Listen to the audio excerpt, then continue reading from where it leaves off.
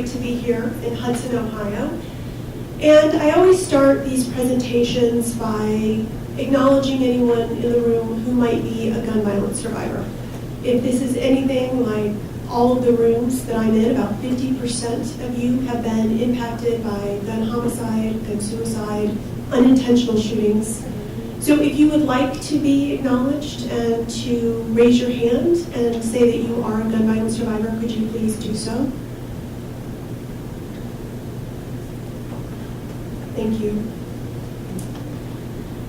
Appreciate that, and we'll talk a lot about survivors and gun violence during this discussion, but I'd also like to acknowledge all of the people in the room who are also advocates and who, like me, are full-time volunteers who wake up every day and do this work to not only protect our families and our communities, but those of perfect strangers across the country. So if you are a Moms Demand Action volunteer or another gun violence prevention advocate, and I see a lot of red shirts, please raise your hand.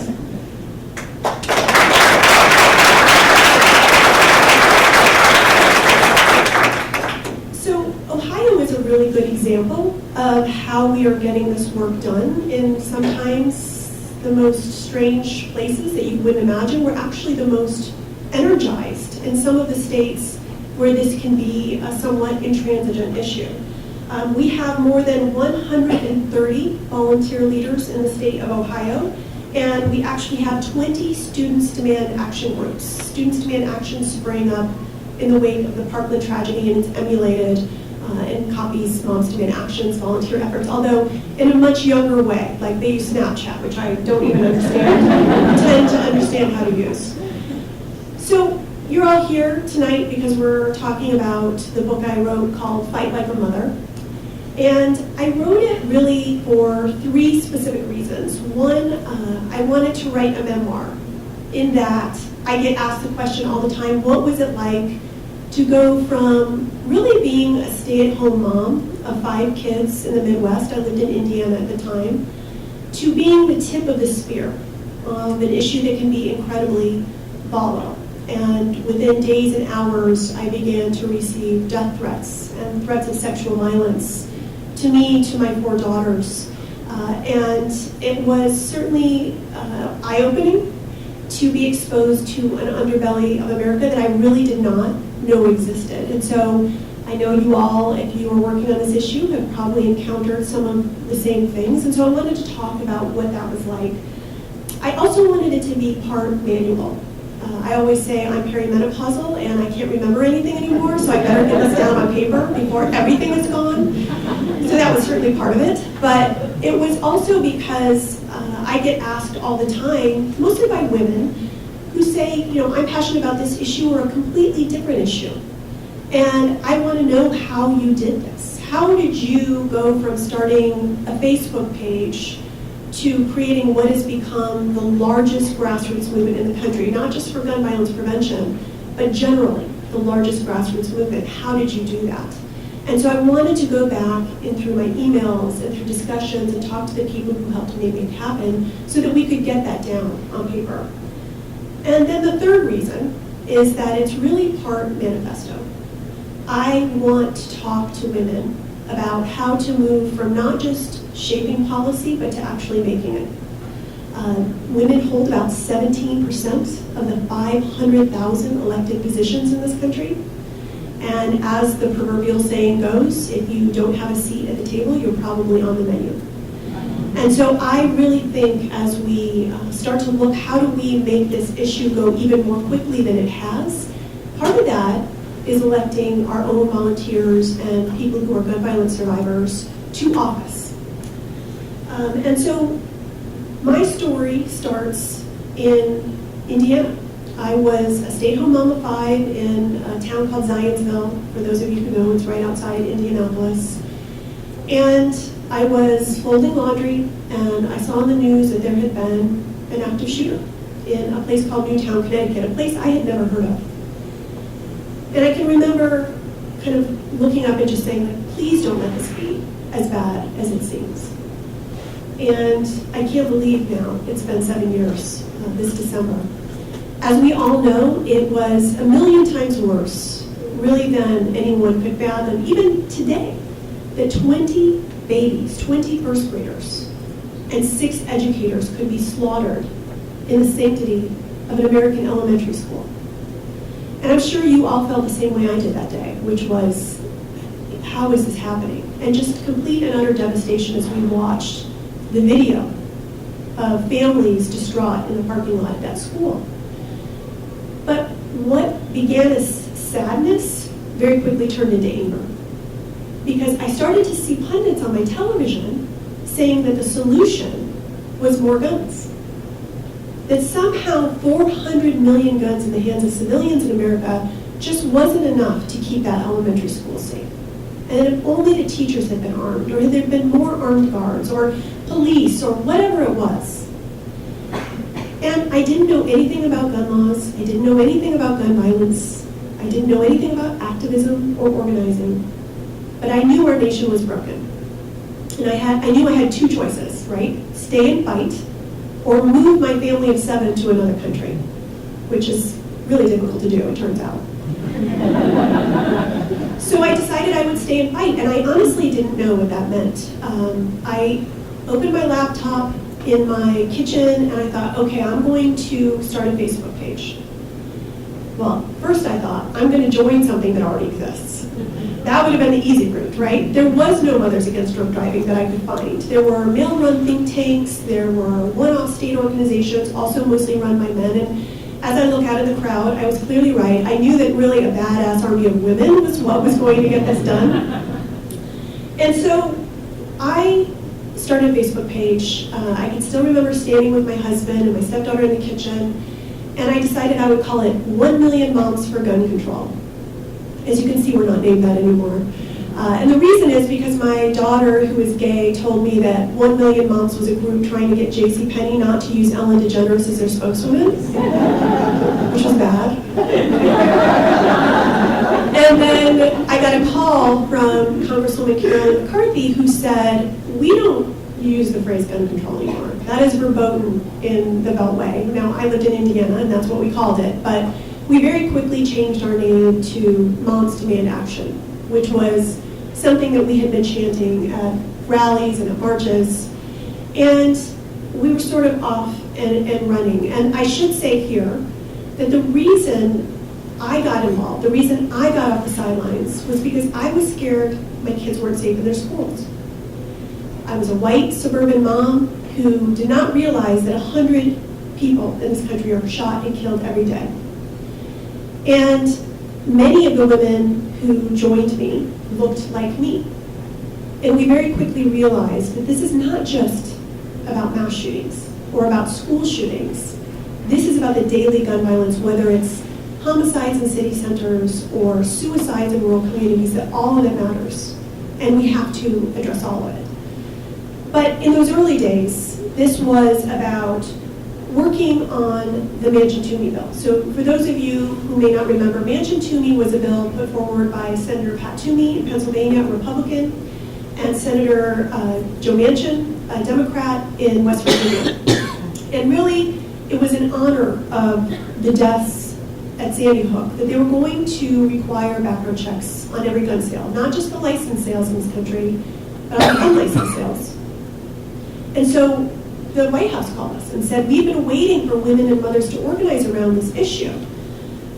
Will you help us pass this bill? And so we started organizing in our communities and going to town halls and having in-district meetings. We even traveled to Washington, D.C. on our own dime. And we spent so much time working on this, thinking, well, surely this is going to happen. This is a no-brainer. You know, can you imagine that Congress would act in the wake of this tragedy?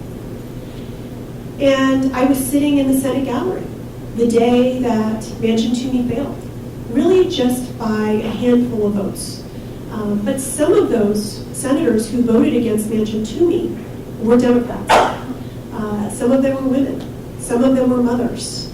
And it was really a turning point for us to realize that this wasn't going to happen overnight.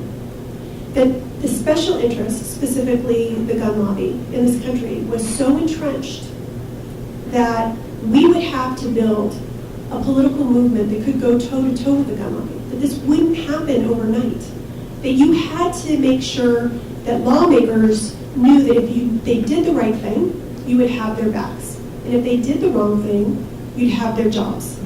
That is what the NRA had done so well for decades, and that we would need to do that. And so that really brings me to the first lesson that I talk about in this book, which is this idea of losing forward. There were moments after we lost on Mansion Toomey where we thought, maybe the country just isn't ready for this.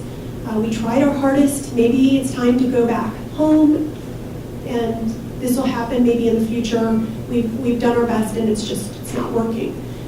At least that was my thought. But a whole bunch of Type A women realized that what we really needed to do, and they pointed me in the right direction. There's no going back. It's only going forward with Type A women. So we pivoted and started doing this work in state houses and in boardrooms. And honestly, I don't know that we would ever be what we are today had we not lost the Mansion Toomey vote. So we immediately started working in states where they had governors that would act and would pass stronger gun laws, like Colorado and Maryland and Connecticut and Delaware, where we helped usher in sweeping gun reform legislation in the wake of the Sandy Hook school tragedy. The other thing that we realized was that we would need to play defense, that the gun lobby had been insidious year after year in passing its agenda, essentially arming teachers, guns for anyone, anywhere, anytime, stand your ground laws, all of these horrible bills that were really just sailing through state houses because no women in red shirts were showing up and going eyeball to eyeball with these lawmakers and saying, not in my community, you don't. Not in my state, you won't pass these laws. And so we then realized we would need to spend so much time sitting in state houses really opposing these bills. And the other thing that we learned was that even though we only are about 20% of state and federal lawmakers, a really important lever of power that we have is our spending power. We make about 80% of the spending decisions for our families in this country.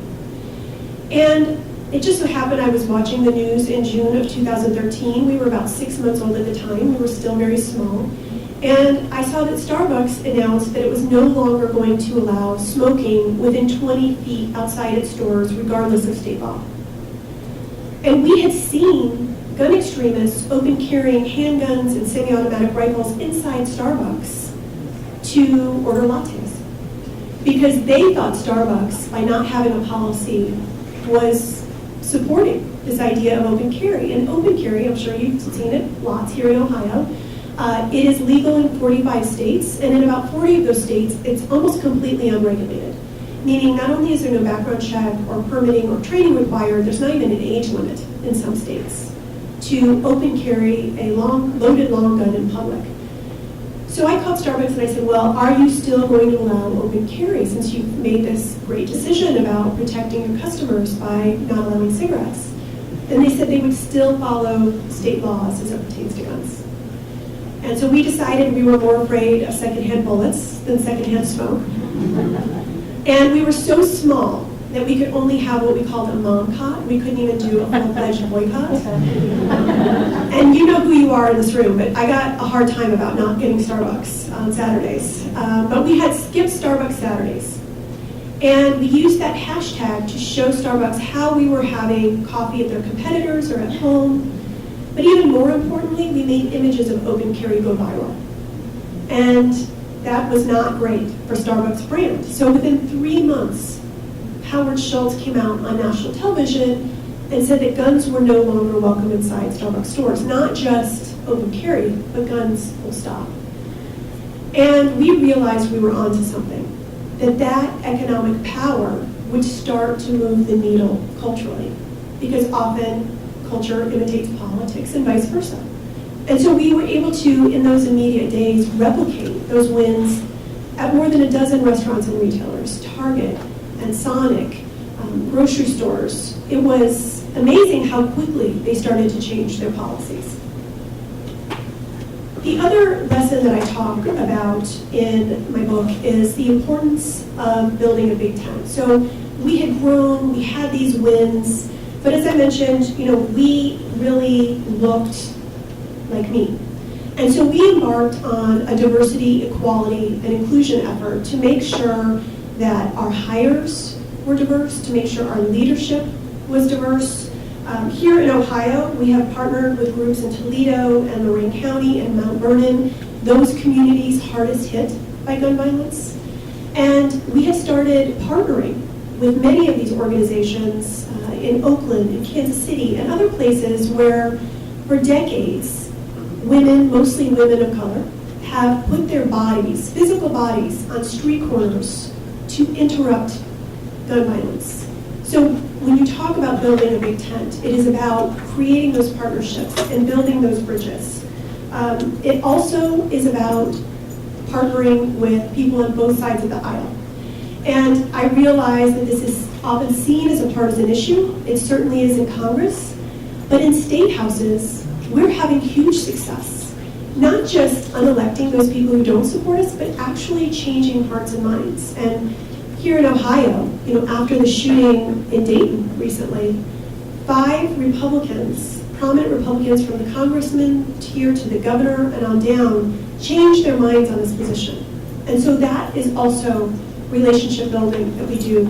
We reach out to other religious communities. One of our volunteers in Dallas is the first Presbyterian minister of gun violence in the country. And so that we're having those conversations and that this is part of sermons and that this is part of discussions that religious leaders have. And we talk to and partner with and work with gun owners. People assume that we are anti-gun. We are not. We are anti-gun violence. Many of our volunteers are gun owners or they're married to gun owners. And a really important way that we talk about this issue is through our Be Smart program. And the Be Smart program was developed because about 4.6 million children in this country live in homes with unsecured guns. That means they are loaded, they are unlocked, and they are easily accessible. And so what Be Smart does, and if you ever want to go to the website, it's besmartforkids.org, we teach people about responsible gun storage and the importance of keeping guns away from kids. It's how the majority of school shooters get their guns. They're kids who have easy access to guns in their homes. It's how so often teens get access to guns and are able to die by gun suicide. So recently in Los Angeles, this is an example of how we do this work. We partnered with the city council and the school board in the largest school district in the country, the Los Angeles Unified School District, and we were able to get them to send Be Smart materials home with 700,000 families. And it involves a phone call, an email, and a permission slip, essentially. So the material goes home with the kid, their family has to look at it, read it, acknowledge that they've seen it, and sign it and send it back. Untold amount of lives will be saved because those parents will be committed now, hopefully, to storing their guns safely. In fact, I just marched in a parade with some of our volunteers, and as we walked by, a family, a woman, a mom, pointed us and said, "Look, kids, those are the moms who convinced your dad to get a gun safe."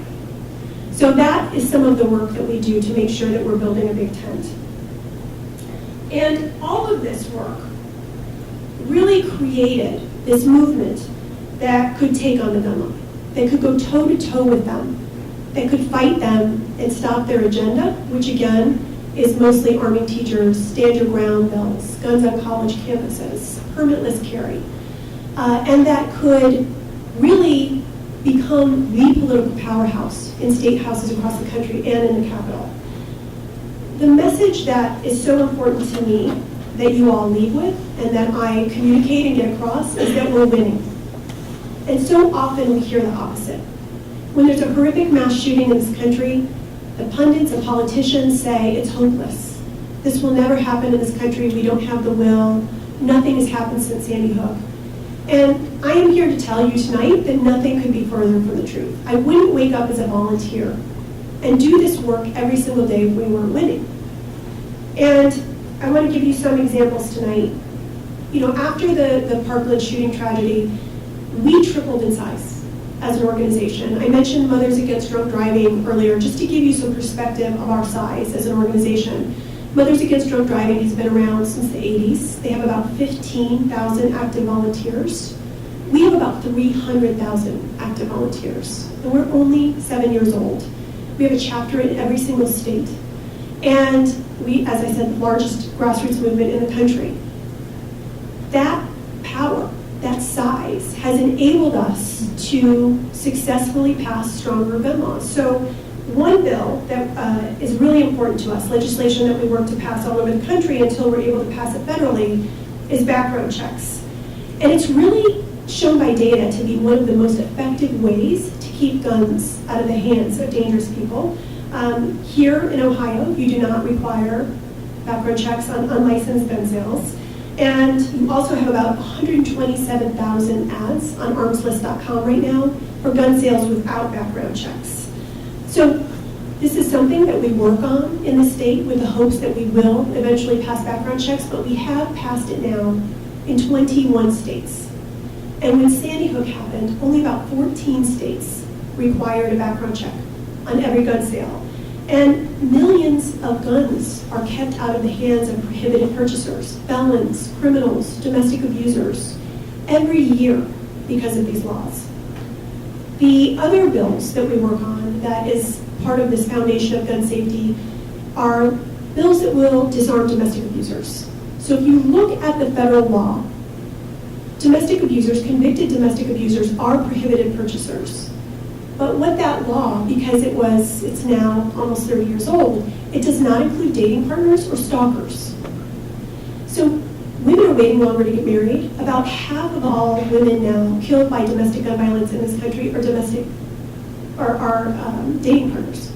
So those women aren't protected by federal law. So what we have to do is go into each state and pass these laws so we broaden what the definition of a domestic abuser is, but we also put teeth in the laws that allow law enforcement to remove the guns a domestic abuser already owns, because even if they're prevented from buying more guns, if they already own an arsenal, those women are in danger. And so we have gone into state houses that have done that now in 28 states. And the other law that we work on is something called a red flag law. Red flag laws have huge bipartisan support. Essentially what the law does is allow families or police officers to remove the guns from someone who seems to be a danger to themselves or others. And we started working on this after the UCSB shooting in California. I don't know if you remember that shooting, but it was a man who was a misogynist, and his idea was to go to a university and essentially kill women in sororities. And his parents had called the police several times and said, our son is armed and he is dangerous. And the police said, there's nothing we can do. The law does not allow us to remove his guns. And so the first state we passed a red flag law in was California. And as I said, only 5 states had these laws. When the Parkland tragedy happened, now 17 have them. So this is something that we are able to get support from Democrats and Republicans alike. And in fact, if you look at 2018, we passed stronger gun laws in 20 states, 9 of which were signed by Republican governors.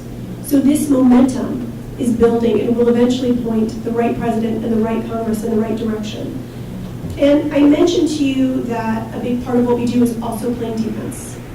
We have a track record of stopping bad NRA bills every single year, about 90% of their bills. In fact, they wrote an internal memo in which they called their own agenda a train wreck, which made me very happy.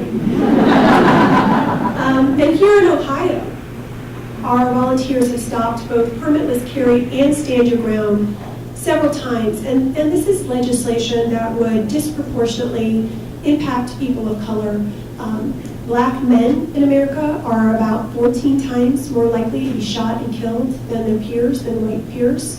And black teens and boys are about 10 times more likely to be shot and killed than their peers. So when you introduce a bill like Stand Your Ground that has been shown by data to be typically used against people of color in defensive situations, we know that these bills put them at risk. The thing I like to call Moms 2.0 is that we have volunteers and gun violence survivors running for office. In 2018, in the midterm elections, 40 of our volunteers and gun violence survivors ran for office, 17 won. Everything from city council to Congress. my former colleague and Moms Demand Action spokeswoman Lucy McBath.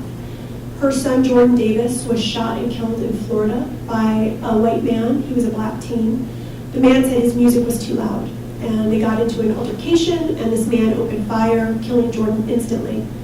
And Lucy became an activist with Moms Demand Action, and she worked with us for several years, and every time we would have a conversation, I would end it by saying, well, Lucy, when are you running for office? And I'll be honest, I thought like State House. She had much grander ambitions, thankfully. And she called me one day and she said, I'm going to run for office. And she ran for a seat held by Republicans for 30 years in Georgia, Newt Gingrich's old seat, and now she is a congresswoman. And the first thing she did as congresswoman was to co-sponsor H.R. 8, which is the bill that is sitting on Senate Majority Leader Mitch McConnell's desk that would, like Manchin Toomey, close the background check loophole. But the midterm elections, besides electing our own volunteers and survivors, was really a watershed moment for the movement because we outspent the NRA for the first time ever. I mean, that has been their go-to calling card for why they are powerful, that they had so much money and influence. We spent about $30 million. We elected over 1,000 gun sense candidates to Congress. 78% of the politicians that we backed won. 77% of those winners beat an A-rated NRA candidate. So it was huge.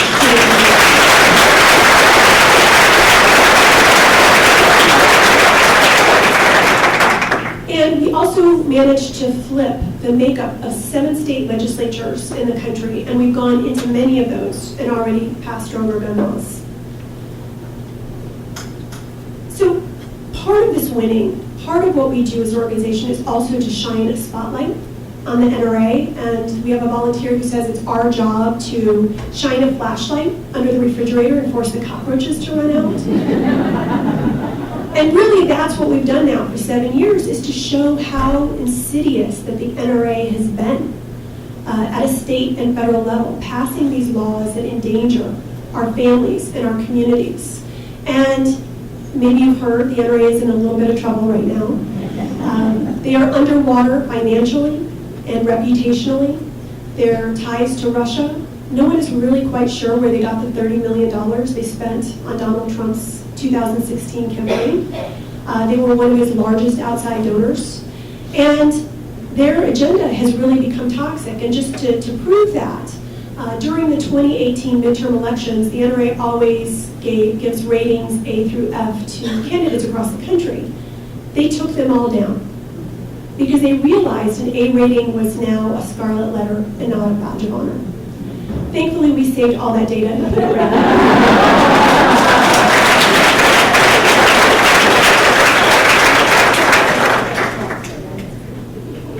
And so, going into 2020, given how weak the NRA is, we are feeling very good about our prospects. We have dozens of volunteers running for office, dozens of gun violence survivors. We are getting ready to play in every single election, and I'm going to tell everyone how to get involved in a minute. But there is a really important election I want you to know about that's coming up in 3 weeks in the state of Virginia that actually everyone can get involved in, no matter where you live. Every single seat in the Virginia General Assembly is up for election. It's the NRA's backyard.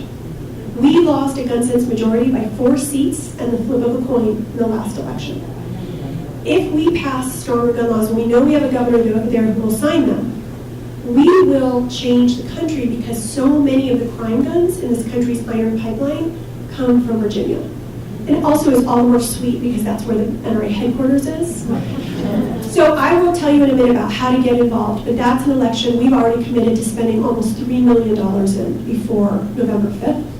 But we will also be playing heavily in the 2020 election and spending tens of millions of dollars, but not just outspending the NRA, but outmaneuvering them.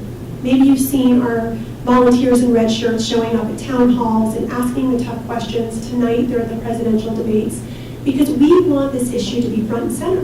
And for the first time ever in this country, candidates are competing to see who can be the best on this issue.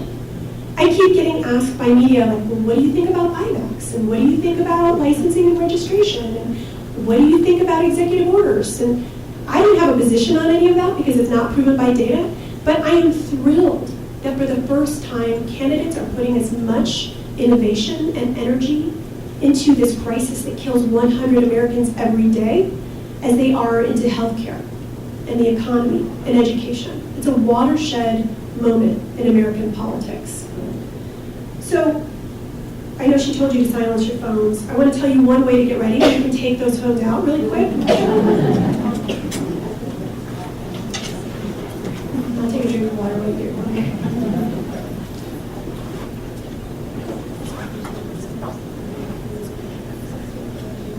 So if you text the word ready to 64433, again, that's the word ready to 64433, you will get a call back almost immediately. Please don't answer it in here. But it will be a volunteer that's very excited that you have decided to participate and will get you involved. And you can get involved in any way that you're interested in. We talked about the work we do legislatively, the work we do electorally, the work we do culturally. All of it matters, and whatever is of interest to you, be smart, whatever it is. Please get involved, no matter how little time you have. We like to call it nowtivism. It's this idea that even an hour a day will make a difference on this issue. And the other way that you can get involved is to be educated about who you're voting for. I mentioned the NRA has its grading system. We have one too, and it's called a gun sense candidate distinction. So if you go to gunsensevoter.org, we will list all the state and federal candidates running in your state, and we will tell you where they stand on this issue. We started this in 2018, and we thought, okay, we'll give out a few hundred questionnaires and give out this gun sense candidate distinction. But no, type A women had to hand it out to everyone in the entire universe, and we ended up giving out over 3,000 of them. And now, every single political candidate on the Democratic side has received a gun sense distinction. So this is becoming sort of the badge of honor on the gun safety side. So get educated about who you vote for. Okay. Anyone who has run for office or may run for office on this issue, please stand. So we can see.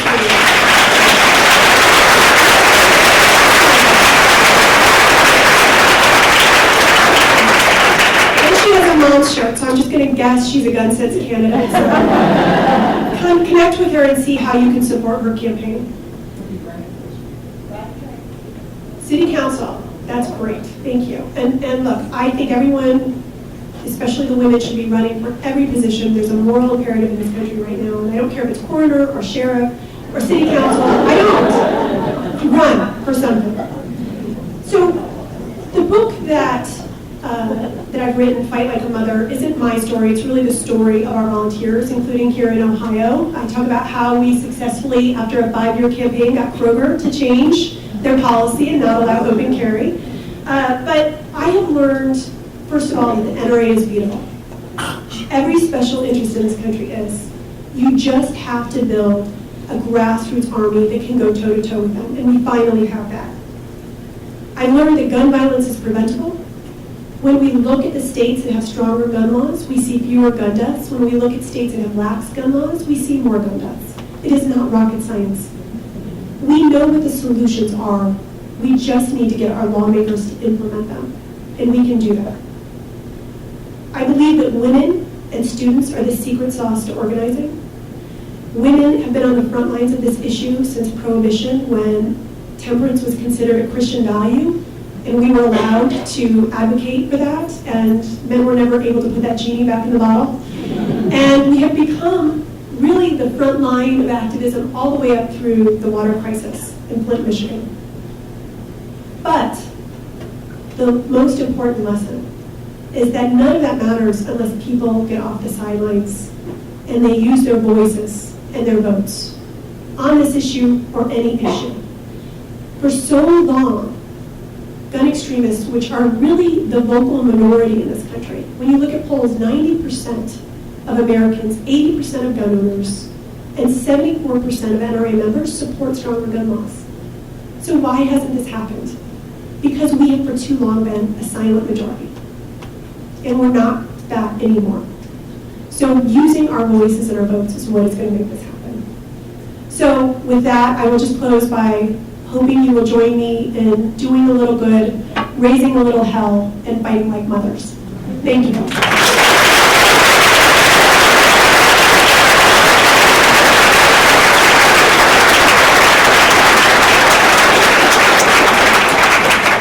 Okay, I have questions that I will answer from the podium.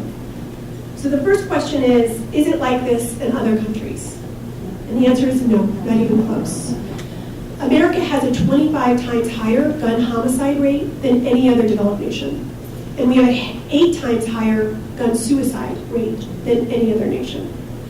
And every time you see a horrific shooting tragedy, and again, those that get the most attention are about 1% of gun violence in this country, mass shootings, school shootings. Every time that happens, it neglects to talk about what the real causes are. So often they blame mental illness, movies, video games. We know, in fact, that we have the same rates of mental illness as other high-income countries. What we have that's different is easy access to guns. And that is what is our job, to keep that as part of the discussion. Every time these shooting tragedies happen, that is easy access to guns. How do you motivate your like-minded spouse who doesn't share the same sense of urgency or hope? That sounds very specific. I mean, I guess the good news is that it's a like-minded spouse. You have a head start. So I will tell you that my husband is a like-minded spouse who also doesn't have the same sense of urgency or hope around this issue sometimes. And he once said to me, even if he had cancer, he would not spend as much time trying to treat it as I am working to prevent gun violence prevention, which I have not been impacted by. And I think that has to do with being a mom. I do. It's this mama bear desire to protect people, even perfect strangers. So your spouse may not ever have the same sense of urgency or hope, but the fact that they're like-minded and they're supportive, I think, is half the battle. And at the end of the day, if that spouse goes in and votes the right way on this issue, then you've won. As a faculty member at a local public university, I'm terrified about the idea of concealed or open carry on campus. Who do you partner with to help keep guns off campus, and how do you partner with the American Association of University Professors? So guns on campus are allowed here in the state of Ohio.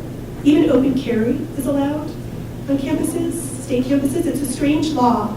I learned this when this woman brought an AR-15 to campus at Kent State, if you remember that, a couple years ago. And the reason she was allowed to open carry was because she wasn't a student or faculty, she was a visitor. So, you know, that was a law, I believe it was signed by John Kasich, that really made guns on campus legal in the state. Those are laws that we can roll back. There's nothing that says just because a law passes, it's the law of the land forever. And we work very hard. You know, in the state of Missouri, we have stopped guns on college campuses 3 years in a row, which is nothing less than heroic by those volunteers. But if you look at the NRA in 1999, they opposed guns on campus, they opposed guns in schools, they supported a background check on every gun sale. You can go watch Wayne LaPierre, the CEO of the NRA, say it on YouTube. So why, 20 years later, have they completely reversed position? It's easy. They're selling more guns to fewer people. Their demographic is aging out. And so they realized, not long after Wayne said that if they wanted to maintain the profit margins for gun manufacturers, they had to advance an agenda of guns for anyone, anywhere, anytime, no questions asked. And how do you inculcate an entire generation to believe that guns are everywhere always? You put them on college campuses. You put them in their schools. You put them in public places. And so that is why the NRA works to pass these laws every single year. I always say when lawmakers close a door, moms go in the window. And we've done that in many states where we've been able to go back and carve out exemptions so that regions can decide where guns are allowed on campus, so that the decisions can be made by faculty or even making those laws less prevalent and so that the guns aren't everywhere that they require a permit. In Kansas, believe it or not, you can carry on campus without a permit whatsoever. So I would just say this is something important to you, that you get involved in the movement, and as we continue to pass these foundational laws, we can also eradicate some of the bad laws. Much like the moms who started Moms Demand Action, the suburban moms, many of whom are in this room, have the voices to change the trajectory of our Congress. How do we convey the importance of voting? Or more importantly, voting out Congress members, he mentions one, but I won't mention that, who are in proverbial bed with the NRA. It is happening all over the country. Where I most recently lived in Colorado, Mike Kaufman was our congressman, and he received more money than any other member of the Colorado delegation from the NRA. And he was quite certain that he would have that position for a lifetime.